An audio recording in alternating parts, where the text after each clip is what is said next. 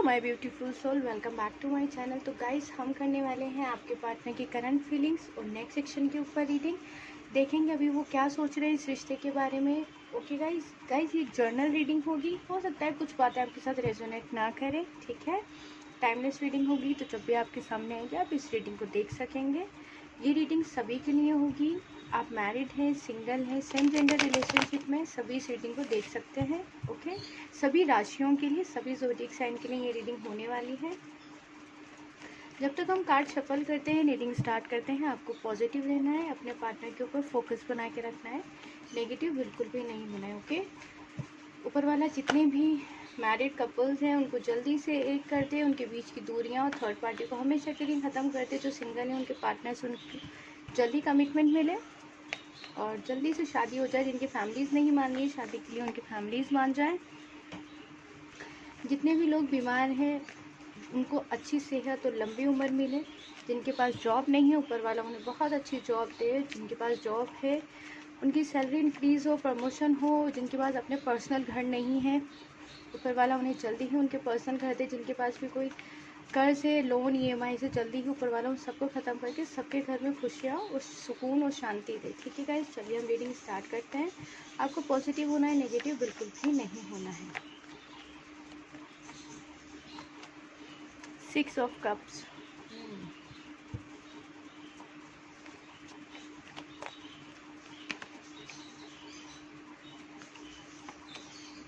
The emperor,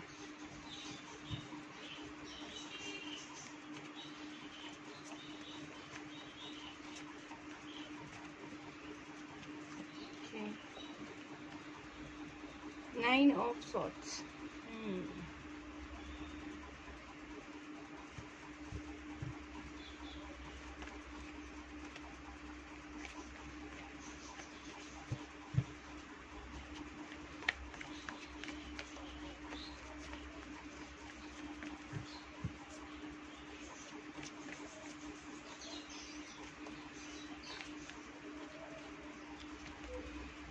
the high priestess,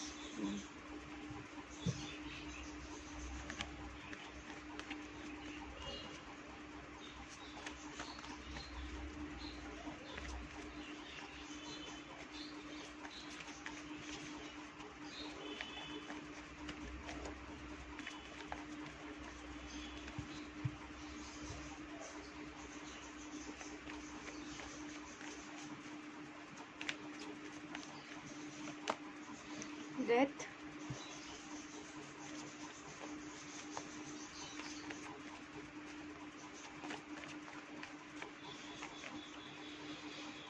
five of wands,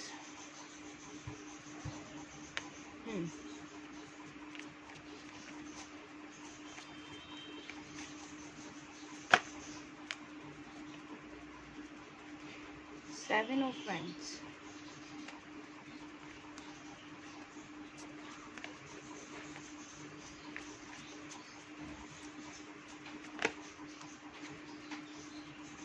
'the sun, okay.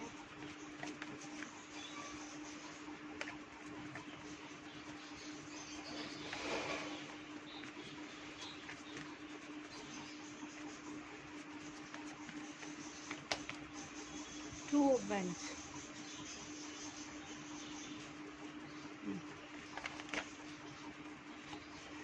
एक और card लेंगे हम लोग।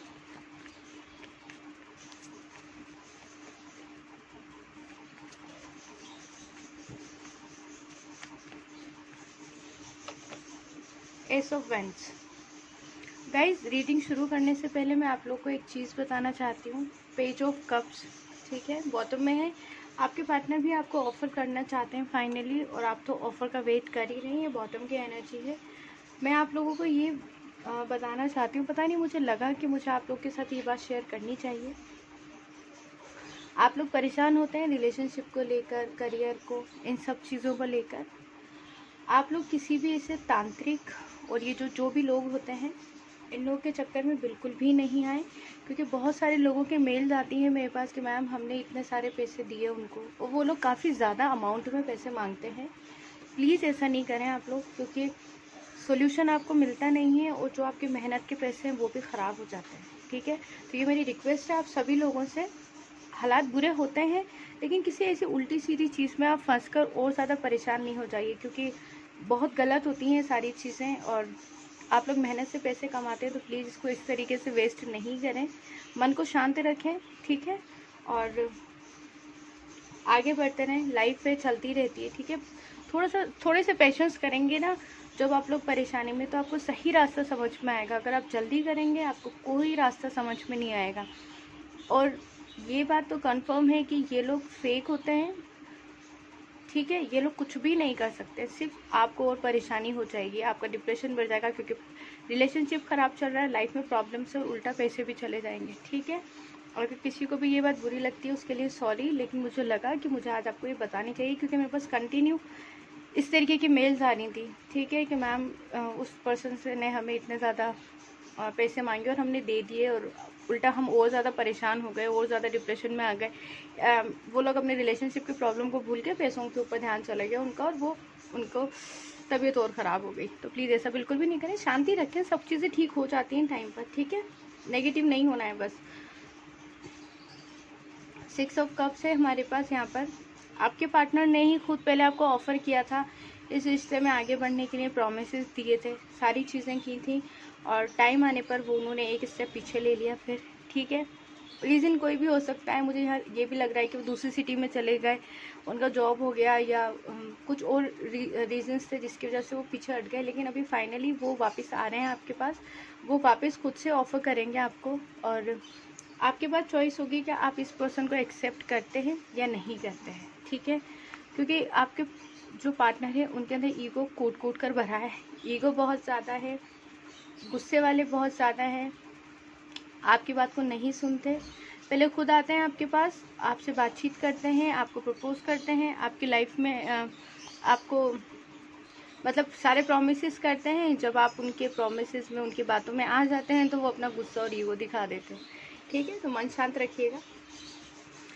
लेकिन उनके इसी ईगो की वजह से जब आपने उनके ऑफ़र एक्सेप्ट किए, आपने उनका प्यार भी कबूल कर लिया, सारी चीज़ें अच्छी हो गई आप लोग के बीच में, जब उन्होंने ईगो में आकर कि उन्होंने किसी ने तो ये रीज़न भी दिया होगा, बहुत फ़नी सा कुछ बोला होगा कि तुम्हारी ये बात मुझे बुरी लग गई, मुझे नहीं लगता हमारा ये रिश्ता आगे बढ़ सकेगा। अब आप चाहे मैरिड हो चाहे सिंगल हो, कुछ इस तरीके का आपको ये समझ नहीं आया होगा कि इतना बड़ा तो रीज़न नहीं है जो हुआ है। नॉर्मल गर्लफ्रेंड बॉयफ्रेंड या हस्बैंड वाइफ में इतना छोटा मोटा आर्ग्यूमेंट तो होता रहता है, इस तरीके की चीज़ हुई होगी आप लोगों के अंदर। लेकिन फिर भी अभी आपके पार्टनर इन्हीं सब चीज़ों की वजह से, ईगो की वजह से, अपने गुस्से की वजह से, जो गलती उन्होंने की यहाँ पर कि आपको ऑफ़र भी किया, जब आपने उसको एक्सेप्ट किया तो उन्होंने ईगो दिखा दिया, अपना गुस्सा दिखा दिया, एक कदम पीछे ले लिया इस रिश्ते में।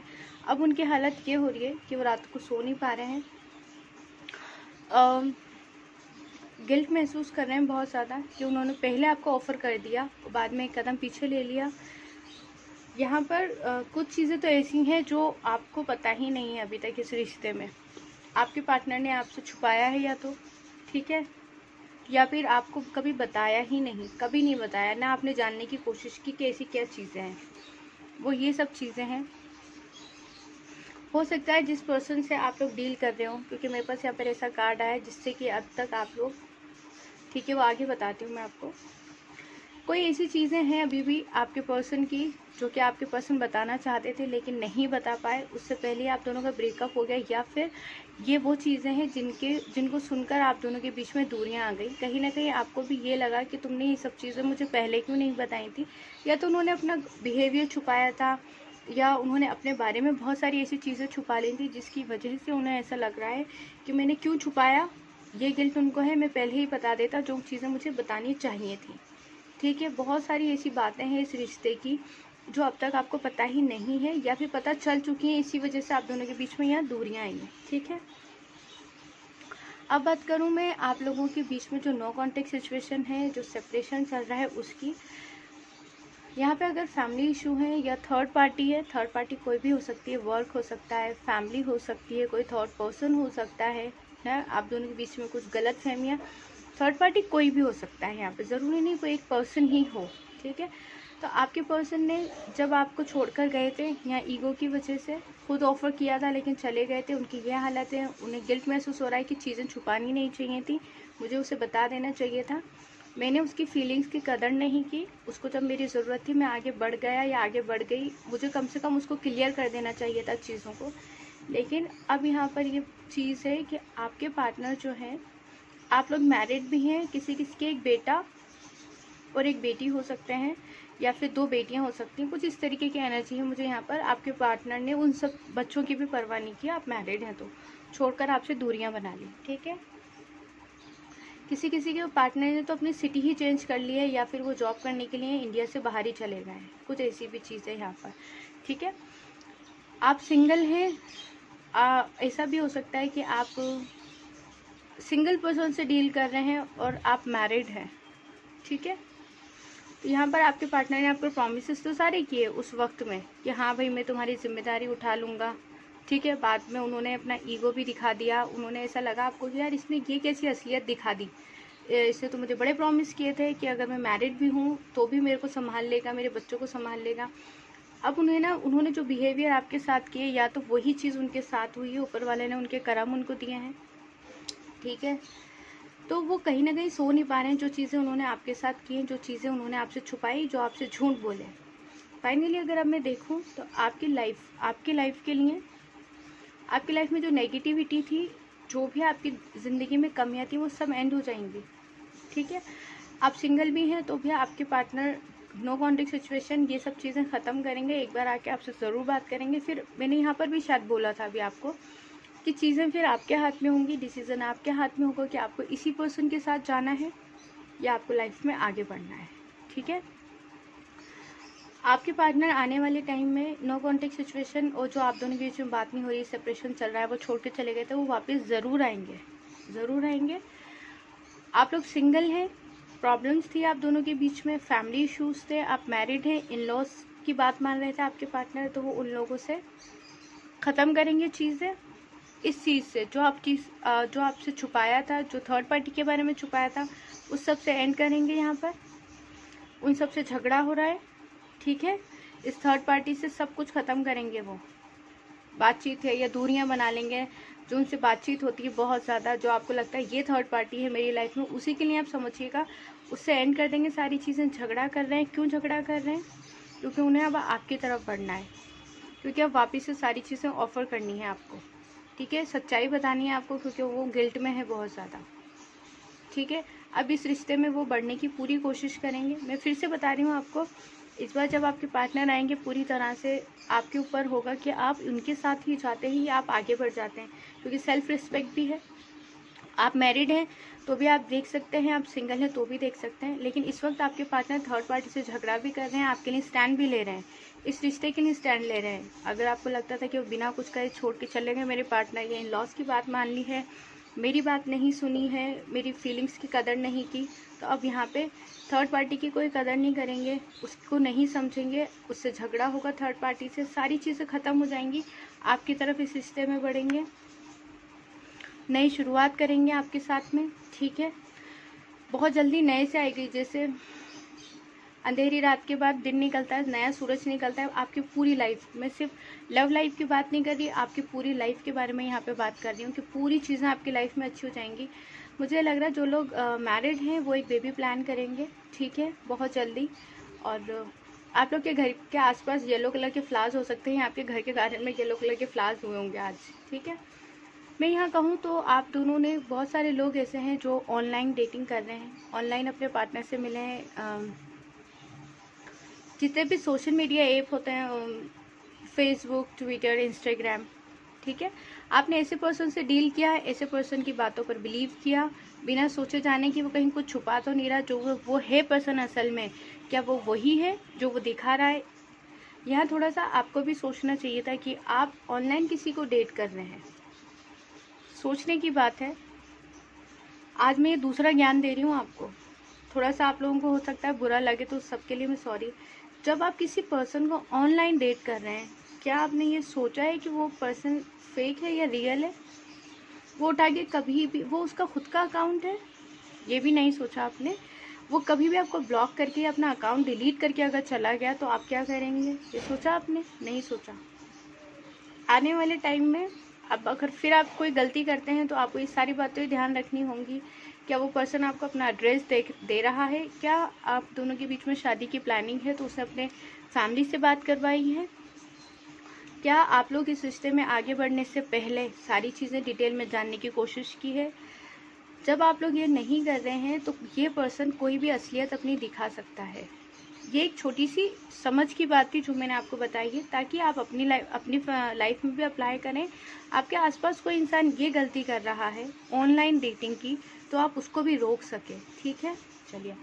आप अपने पार्टनर से कमिटमेंट का वेट कर रहे थे, इंतज़ार कर रहे थे उसका कोई कॉल मैसेज आए, कुछ भी आए, कोई ऐसा कमिटमेंट चाहते थे आप, ये चाहते थे कि कम से कम एक मजबूत मुझे रिप्लाई तो मिलना चाहिए, वो आपके पार्टनर से आपको मिलता हुआ लग रहा है मुझे यहाँ पर। अगर मेरी ये ऑनलाइन डेटिंग वाली बात किसी को भी बुरी लगी हो तो मैं दिल से माफ़ी मांगती हूँ सभी से, लेकिन मुझे ऐसा लगता है कि आप लोग हो सकता है कुछ बातें आप शेयर नहीं कर पाते हो किसी से, तो मुझे जब भी लगता है कि मुझे कुछ बताना चाहिए तो मैं आप लोगों को बता देती हूँ। ठीक है, आप लोग प्लीज़ बुरा मत मानिएगा कि मैं कुछ भी बोल जाती हूँ। मुझे लगता है कि थोड़ी गाइडेंस मिल जाए आपके लिए तो अच्छी होगी। ठीक है, चलिए, ओके। और पर्सनल रीडिंग के लिए आप लोग मुझे जीमेल पे मेल कर सकते हैं। ठीक है गाइस, डिस्क्रिप्शन में मैंने अपना जीमेल आईडी दिया हुआ है, प्लीज़ डिस्क्रिप्शन जाके पूरा एक बार चेक कर लिया कीजिए। ओके, मुझे सबको कमेंट में जाके अपना ईमेल आईडी देना पड़ता है कि ये मेरा आईडी है। सब लोग पूछते रहते हैं मैम नहीं मिल रहा, डिस्क्रिप्शन में डिटेल्स होती है वहाँ पर। ठीक है, चलिए एक बार हम लोग मेजर अरकाना से भी देखेंगे और क्या चल रहा है आज आपके पार्टनर के दिल दिमाग में, और ब्लेसिंग्स भी क्या है आपके लिए। द मून गाइस, यहाँ पे हाई प्रीस्टेस का कार्ड आया था, तो हो सकता है आपके पार्टनर किसी पर्सन के बारे में आपसे डिस्कस करें कि उन्होंने आपसे दूरियां क्यों बनाई थी।